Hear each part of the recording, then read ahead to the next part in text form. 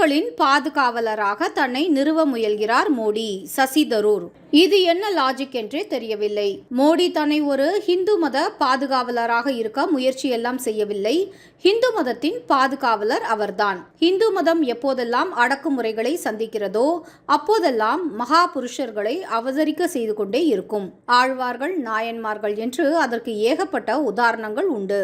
அதே சமயம் அந்நிய மத படையெடுப்புகளால் இந்த மதத்திற்கே ஆபத்து என்ற நிலை இருந்தபோது சத்ரபதி சிவாஜி மகாராஜ் என்ற தவ புதல்வனை ஈன்றெடுத்தது ஹிந்து மதம்.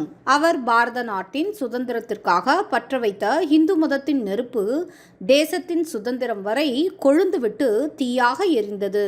ஆனால் அந்நிய மத படையெடுப்புகளால் இந்து மதம் சந்தித்த பிரச்சனைகளை விட உள்ளூர்ல உட்கார்ந்து கொண்டு நடுநிலைமை என்ற பெயரில் மத அரசியல் செய்து கொண்டிருக்கும் கட்சிகளால் தான் இந்து மதத்திற்கு மிகப்பெரிய ஆபத்து ஏற்பட்டது.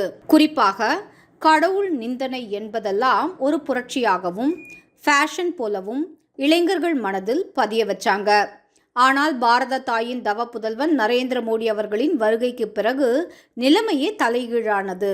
இன்று பெரும்பாலான இளைஞர்களின் காவி உடை அணிவதையும், நெற்றி நிறைய சந்தனம் திருநீறு இட்டுக்கொள்வதையும், ருத்ராட்ச மாலை அணிந்து கொள்வதையும், கோவிலுக்கு போவதையும், குறிப்பாக தன்னை ஒரு ஹிந்து என்று அடையாளப்படுத்திக் கொள்வதையும் மிக பெரும் பெருமையாக கருதுகிறார்கள் என்றால் அதற்கு காரணம் நரேந்திர மோடி அவர்கள் ஏற்படுத்திய எழுச்சிதான்.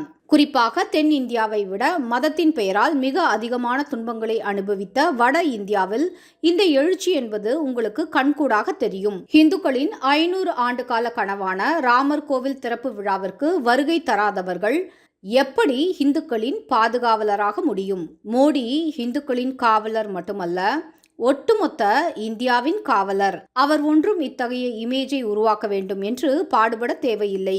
பலூன்களுக்கு தான் ஊதி பெரிதாகப்பட்ட ஒரு பிம்பம் தேவைப்படுகிறது. எரிமலைகளுக்கு பில்டப்பே தேவையில்லை.